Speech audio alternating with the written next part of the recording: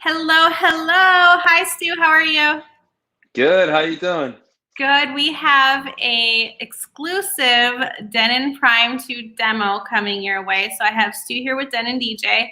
And tell me a little bit about the Prime 2 before we get into all of the details about it. The Prime 2 is a relatively newer product that's shipping now, and it is based on the popular demand of the Prime 4. It is a scaled down 2-channel version, but even though it's scaled down to 2 channels, we didn't cut back on any of the big features on this. Perfect. So I think we're going to get right into the demo. And then, guys, if you have questions, I will be monitoring them. So make sure you ask them because now is the time. We have Stu here ready and able to answer any questions that you have, even if it is on the Prime 4 because they do have the same operating system, correct? Yes? Yes, they do. So if you have questions about the Prime 2 or the Prime 4, let us know. But Stu, I'm going to have you take it away. Sure. So first, thanks everybody for tuning in. This has been out on the market for a little bit, but we're going to go over all the ins and outs of the Prime 2 just to familiarize yourself with it. So this is a successor to the Prime 4, and the 4 was something that really shook up the DJ industry. It was the first ever 4-channel, fully standalone, all the bells and whistles. And a lot of people said, we love the Prime 4, but we actually want a 2-channel version. So here we have the Prime 2. And you'll see there's a lot of similarities between the Prime 2 and the Prime 4, but let's go over those similarities real quick. This is more targeted a little bit towards being slightly more mobile, but without cutting out any of the advanced feature set. So if we go from the top down on here, on the Prime 4, we have a 10-inch touchscreen. Here we have a 7-inch touchscreen that is mounted right in the center. But just like the Prime 4, this is fully touch capacitive with multi-gestures, needle drop right there on the screen. Everything is just touch for fully navigation. And just like the Prime 4, the Prime 2 also has full Wi-Fi. So as you can see right here, I can flip over into Title, and now I'm in Title, and I can just swipe over to load a channel. And let's see how quickly this downloads. So loaded on a deck, and then you'll see a status bar right here. So right there, the track is fully downloaded, and then it's going to go through a real-time beat analyzation. And as soon as that's done, you're going to have the full BPM and the key detection, and then we're all set. The tracks go into a buffer, so when you are downloading, it is going to go into a buffer, so you won't ever have any audio dropouts. You can't play the track back until it's in the audio buffer. And after you do the analyzation, all the metadata is actually stored on your connected media source. So as far as connecting the media source, on here we have the USB on the top, 2 USBs in the back, an SD slot right here. And if we flip it over, we're going to see a full SATA hard drive right here. So we can put a SSD drive in here and have a huge amount of storage on this unit. And again, also, if you connect to Tidal, you have access to Tidal's library, which is 50 to 60 million songs online, and you can just download them. You can make your own crates and everything of that sort. So let's go over the top panel. We do have 2 mic channels right here with a 3-band EQ going on, and then also talk over. You can just turn your mics on and off. And these microphones are combination mics that we'll see in the back in a moment. The decks are laid out very similar to, let's say, an SC5000 and an SC6000. So when you get comfortable on one of these at home and you want to go into a club, you have a very familiar layout. So you have your jog wheel in the center, you have your whole loop section up here on the top. You do have your track skip and your beat jump, your performance pads, your tempo, sync button, and then the start and stop time, and then also pitch bend buttons. If you come from a background where you were using the rack mount CDs, when I first started learning how to DJ, that's what I used on, was a rack mount CD player. And I got really used to using these guys. So having these on a unit for me is one of my favorite features because I know exactly how many clicks it takes for me to do a nudge. You can also adjust the sensitivity of the nudge in the preferences if you want it low nudge or high sensitivity of the nudge. In the center of the console, you have your 2 channels. You have a high pass, low pass filter. You have a low, mid, and high trim, and then your navigation section right here in the center, and then your headphones right here.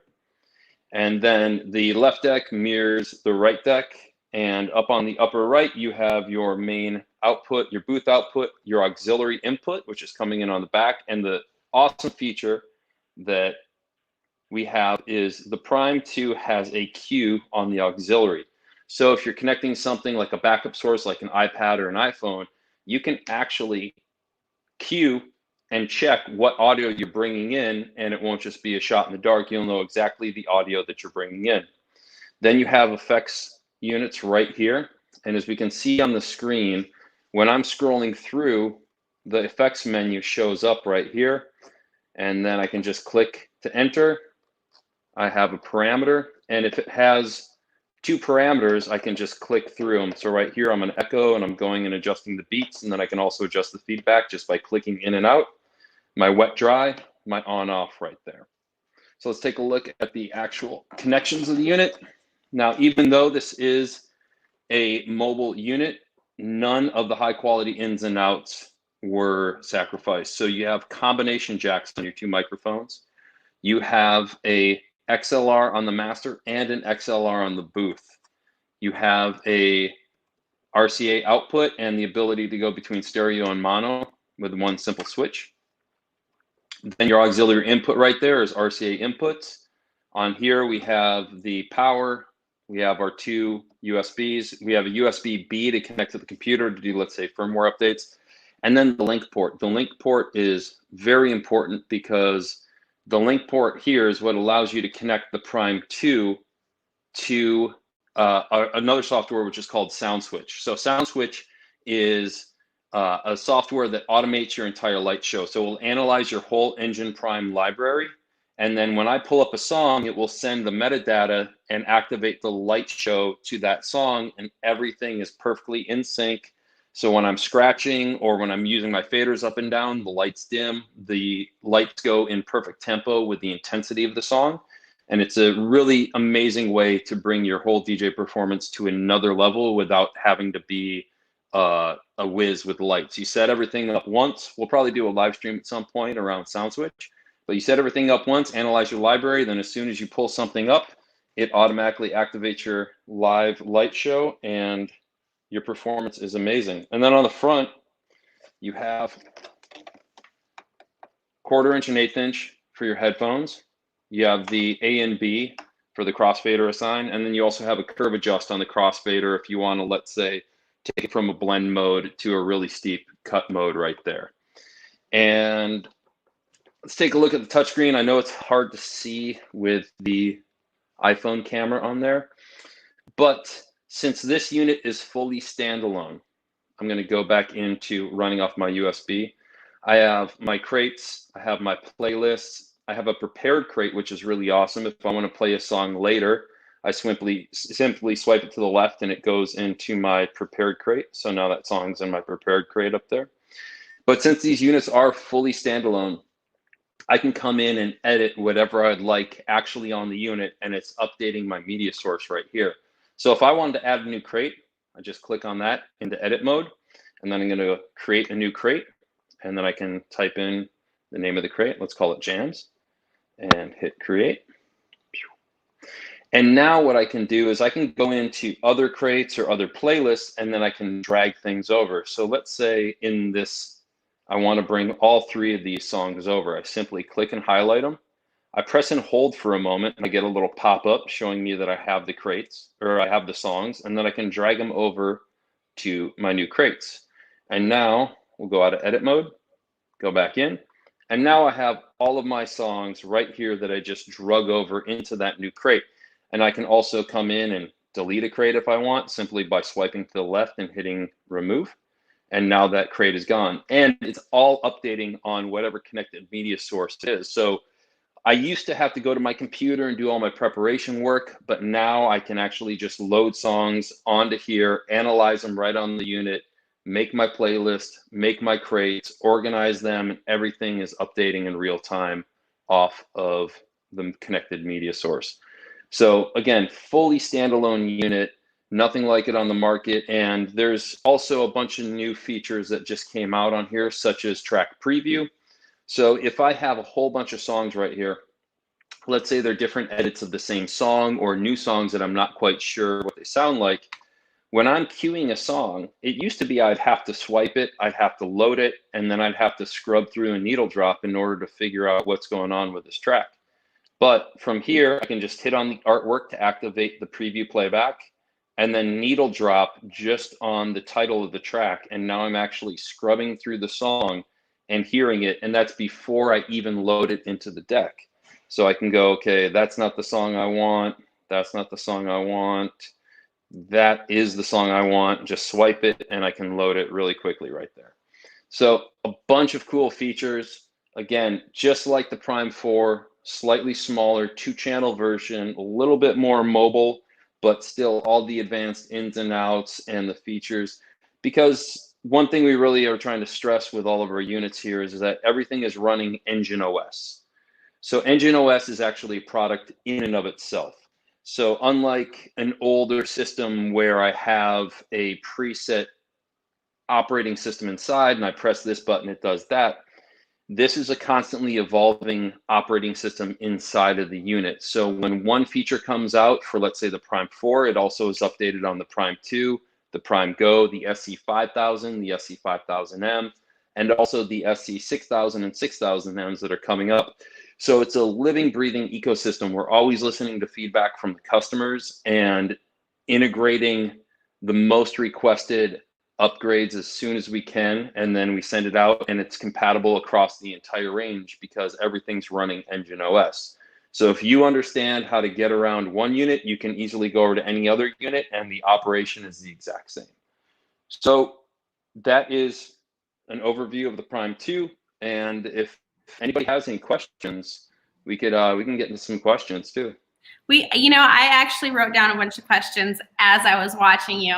So sure. The question I get asked the most often, I'm sure you do as well, is does it work with virtual DJ?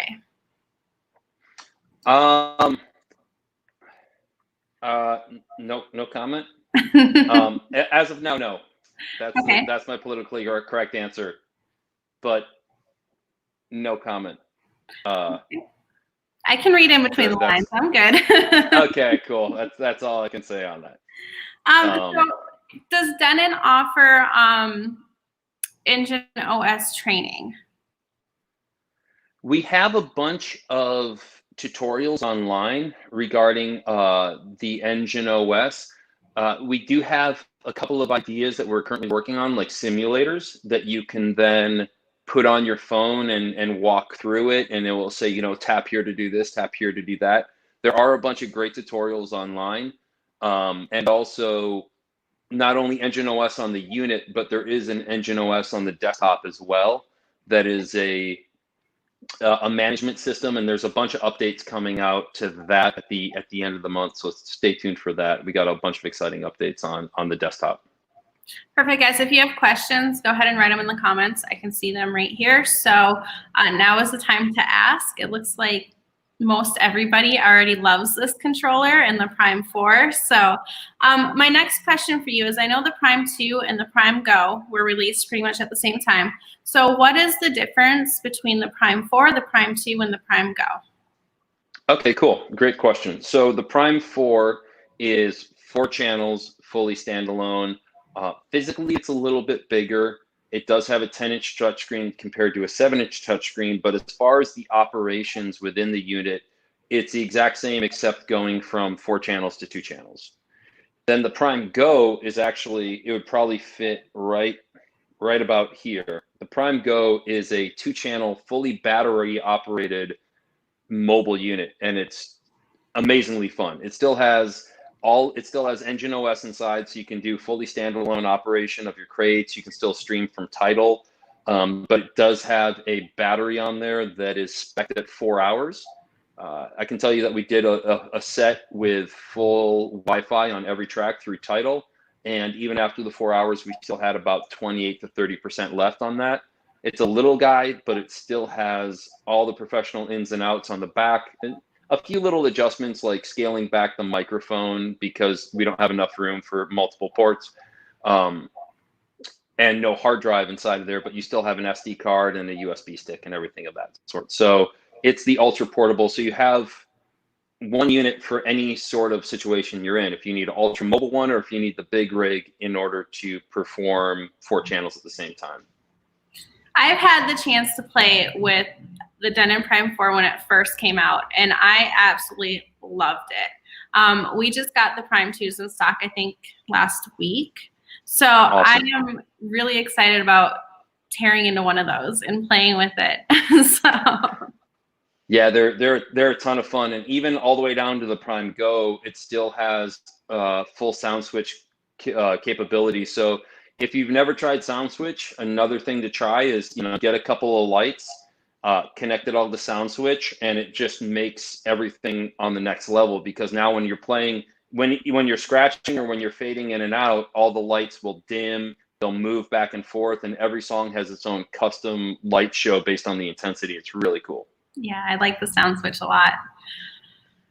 All right, guys, I don't see any other questions. Do you have any last words, Stu, for the demo on the Prime 2? It's not really on the Prime 2, but just the community in general.